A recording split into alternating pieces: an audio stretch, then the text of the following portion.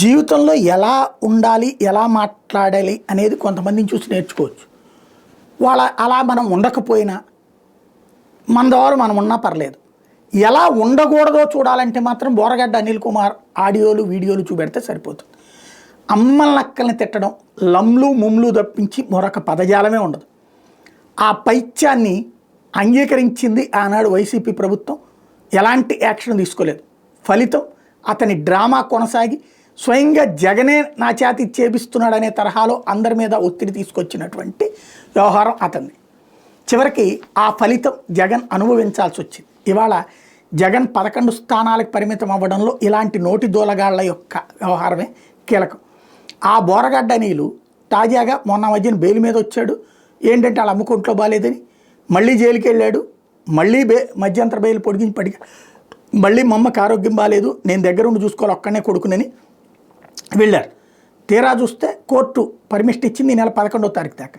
Scene cut చేస్తే అతను వాళ్ళ అమ్మ అనారోగ్యం గురించి ఒక డాక్టర్తో ఇచ్చిన సర్టిఫికెట్ ఏదైతే ఉందో అది ఫేక్ అని తెలియదు. ఆ డాక్టర్ నేను ఆ సర్టిఫికెట్ ఇవ్వలేదు అని చెప్పారు. మార్చి 1 అనిల్ కుమార్ మరో పిటిషన్ వేశారు. గతంలో ఇచ్చిన మధ్యంతర బెయిల్ పొడిగించాలని కోరాడు. పిటిషన్ తరపు న్యాయవాది వాదనలు వినిపిస్తూ పద్మావతికి బోరగడ్డ ఒక్కడే కుమారుడని ప్రస్తుతం చెన్నైలోని అపోలో ఆసుపత్రిలో ఆమె చికిత్స పొందుతున్నది. ఆమెకు 2 వారాల పాటు వైద్య సాయం అవసరం ఉందన్నారు. ఈ వాదనలు బలం చేకూరేలా గుంటూరు లలిత సూపర్ స్పెషాలిటీ ఆసుపత్రి chief cardiologist P V Raghava Sharma ఇచ్చారంటూ మెడికల్ సర్టిఫికెట్ కోర్టు ముందుంచారు. ఆమె ఆరోగ్యం క్షీణించిందని చికిత్స కోసం చెన్నై అపోలో ఆసుపత్రిలో చేర్పించాల్సిన అవసరం ఉందని సర్టిఫికెట్లో పేర్కొన్న విషయాన్ని కోర్టు దృష్టికి తెచ్చారు. పోలీసుల తరపున ఏపీపీ వాదనలు వినిపిస్తూ మెడికల్ సర్టిఫికెట్లో వాస్తవికత విషయంలో తనకు ఎలాంటి సమాచారం లేదన్నారు. ఏపీపీ వాదనల పరిగణలో తీసుకున్న హైకోర్టు న్యాయమూర్తి justice T Mallikarjuna medical certificate వాస్తవికతను తేల్చేందుకు పోలీసులకు అనుమతిచ్చారు. అది తప్పుడు ధృవపత్రం అని తేలితే న్యాయస్థానం తగిన చర్యను తీసుకుంటుందని హెచ్చరించారు. మార్చి 11 వరకు అనిల్కి మధ్యంతర బెయిల్ ఇచ్చారు. ఆ రోజు సాయంత్రంలోగా జైలు సూపరింటెండెంట్ వద్ద లొంగిపోవాలని ఆదేశించారు. అయితే అనిల్ కుమార్ తల్లి పద్మావతి చెన్నై ఆసుపత్రిలో చికిత్స పొంది ఫిబ్రవరిలోనే డిశ్చార్జ్ అయిపోయారని తెలుసుకున్న పోలీసులు మధ్యంతర బెయిల్ పొడిగించాలని మార్చి 1 అనిల్ పిటిషన్ ఎందుకు దాఖలు చేశాడు, అసలు వాళ్ళు ఎక్కడ ఉంటున్నారని ఆరా తీయడం ప్రారంభిస్తే మధ్యంతర బెయిల్ ఉత్తర్వును పరిశీలించిన పోలీసులు పద్మావతి ఆరోగ్యానికి సంబంధించి గుంటూరు లలిత ఆసుపత్రి వైద్యులను సంప్రదించారు.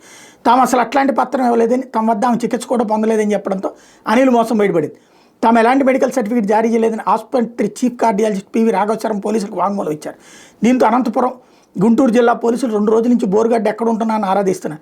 తప్పుడు మెడికల్ సర్టిఫికేట్లో న్యాయస్థానాన్ని మోసగించిన అనిల్ వ్యవహారాన్ని హైకోర్టు దృష్టికి తీసుకెళ్లాలని పోలీసులు భావిస్తున్నారు. వ్యవహారంలో మరో కేసు నమోదయ్యే అవకాశం ఉంది.